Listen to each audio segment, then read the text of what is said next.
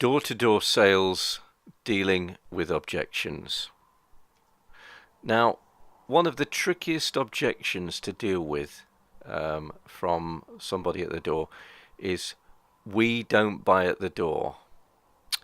Now, not everybody says this. This is just, fairly small percentage of people are going to say this, but obviously this sort of comment is quite a rebuttal in a sense, and it can obviously make it hard for the salesman to deal with that.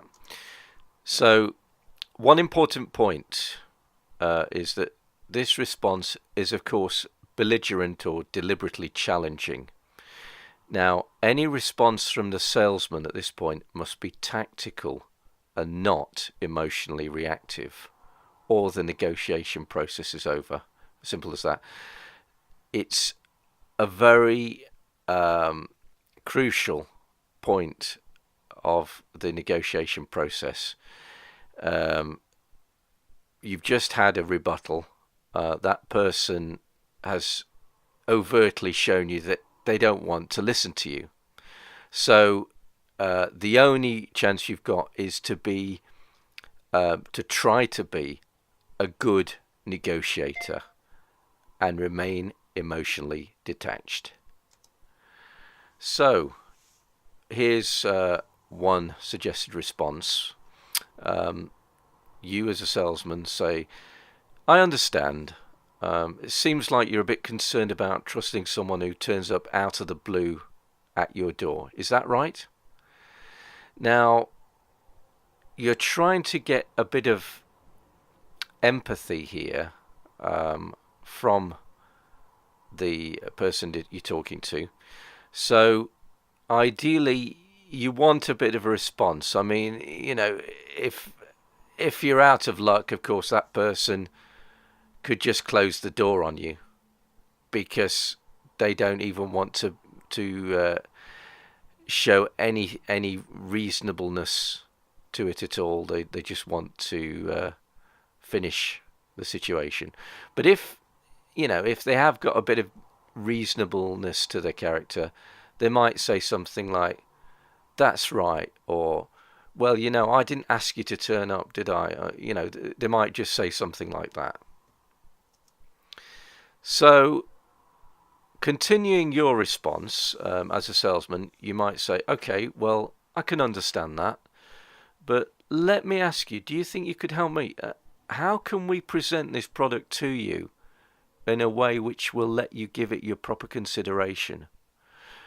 Because from the start, right, this person has given you a rebuttal, and it could be saying to you, the message could be, I don't like the way that you just turned up here at the door.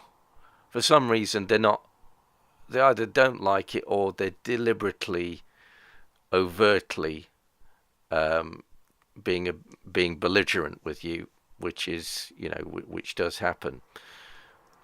So let's do a bit of analysis here. This is deliberately an open-ended question which you've asked the householder. You presented it in a modest manner. You've not tried to be arrogant in any way. You've tried to show them that you would like some constructive feedback from them if you can. So hopefully it will give the householder a chance to open up, at least have some opinion on this, and be able to start expressing their thoughts. It could be something negative, of course, but at least you're engaged in a conversation, which is better than just having them shut the door on you. So at this point, importantly, listen to the response, because if they're talking to you, they want you to listen. They want you to be receptive to whatever it is, whatever the reason that they have for being like that in the first place. So if they are talking to you, they want you to listen and be receptive to that. So your response, importantly, show some empathy to what they've said. So for example, as a salesman, you might say something like, okay, well, I can understand your point of view, and you made some good points, actually. I'm sorry it would cost too much to start sending letters in the post to everybody. You appreciate I've got to call on a lot of people, and selling the product at the door helps us keep all costs down. Otherwise, we'd have to charge more for the product, you see, because, you know, it would cost a lot of administration, sending out letters to everybody and blah, blah, blah. So, ideally, you want to shift their thinking. You know, you've tried to understand their point of view. Now you're trying to get them to understand yours. So the householder has by now, hopefully, at least partly shifted their thinking after listening to a reasonable response from the salesman. The householder should now be in a more receptive frame of mind, which is what you want. Remember, all along, this is negotiation, and you know, negotiation is not always easy.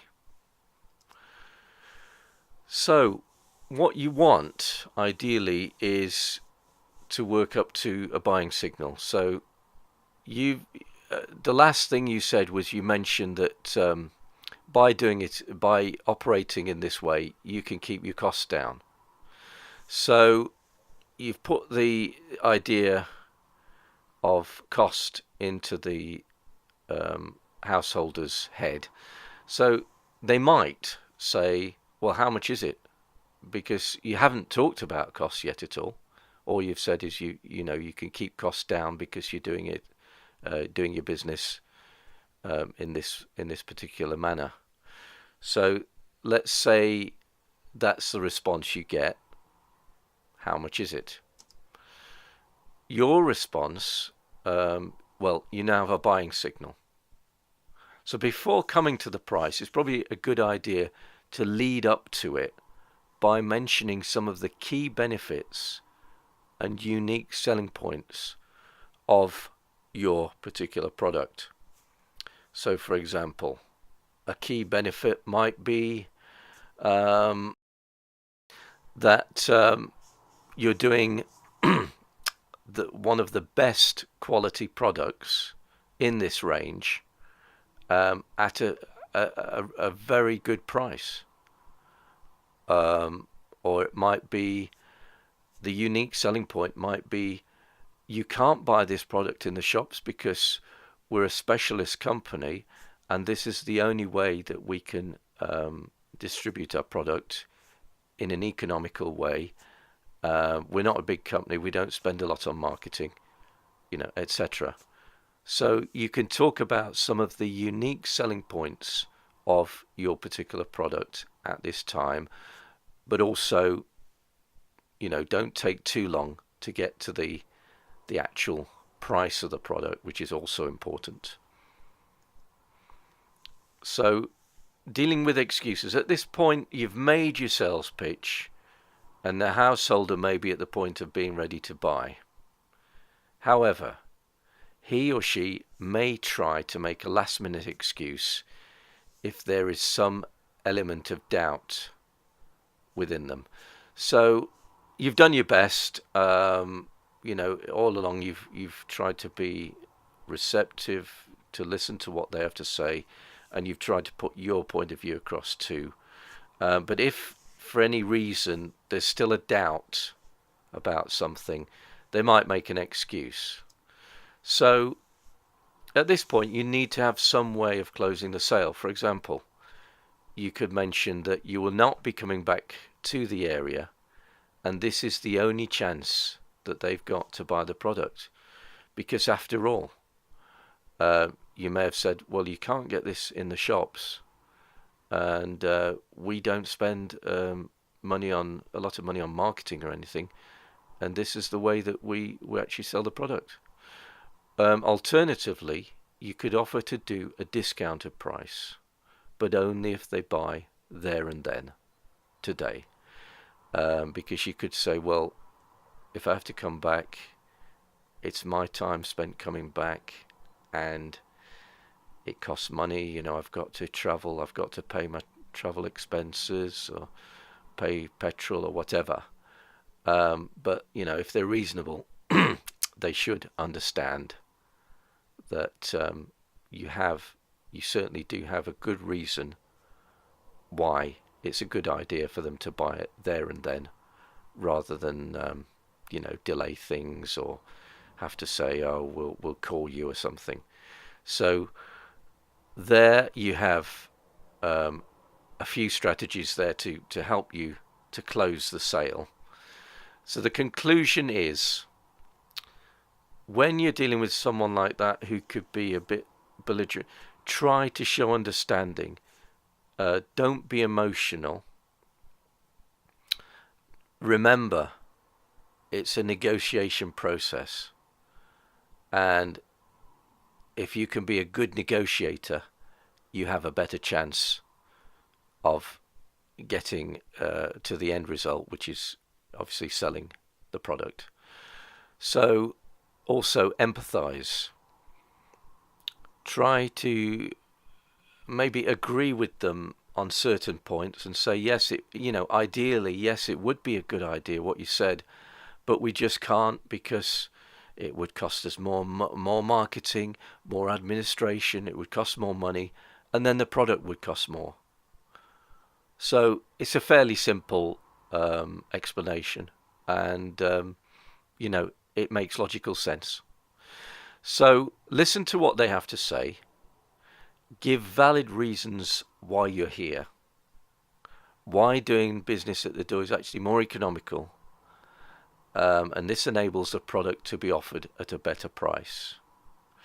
So there is a strategy that hopefully you can use in your business, which will help you be a bit better at negotiation and hopefully to close more sales.